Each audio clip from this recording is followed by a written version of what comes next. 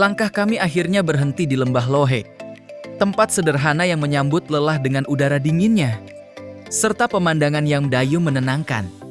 Tak ada yang langsung bicara soal foto, karena saat itu, yang paling penting hanyalah mendirikan tempat pulang sementara. Kami pun mulai membangun playset, memasang tenda perlahan. Ada yang pegang tiang, ada yang tarik tali, ada juga yang sibuk dengan masa lalunya meski kadang sama bingungnya.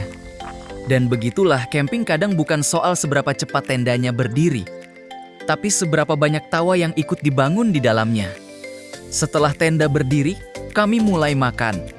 Mie hangat dan kopi sederhana. Dan obrolan kecil yang terasa lebih nikmat di tengah alam.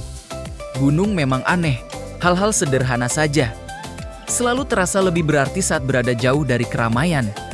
Kami menikmati tenangnya lembah Lohe, udara segar yang nan sulit ditemukan di kota, dan waktu yang berjalan lebih pelan dari biasanya.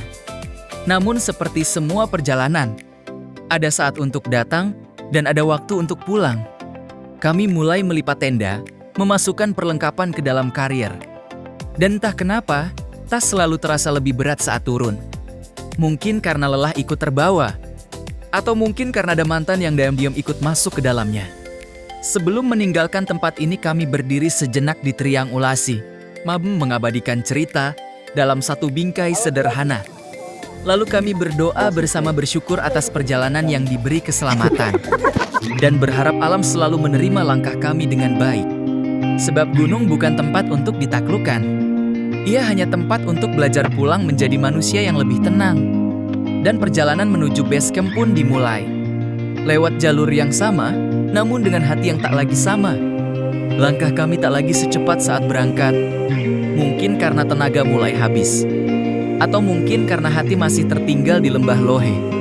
Jalur demi jalur kami lewati kembali. Tanah yang tadi terasa biasa saja, kini mulai licin dan menguji lutut.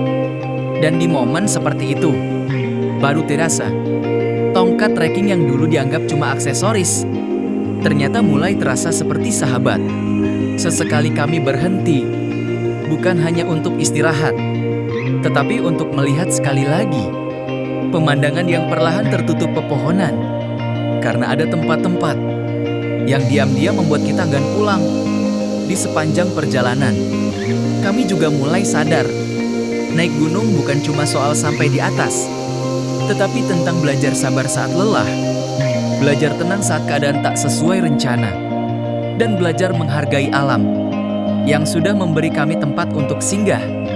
Tak banyak yang kami bawa pulang, hanya baju kotor, karier yang terasa makin berat, dan cerita kecil yang mungkin akan selalu kami ingat. Hingga akhirnya, pelan-pelan suara alam mulai tergantikan oleh suara napas surya dari rekan kami. Dan disitulah kami sadar, perjalanan ini memang selesai. Namun kenangannya mungkin akan tinggal lebih lama dari yang kami kira.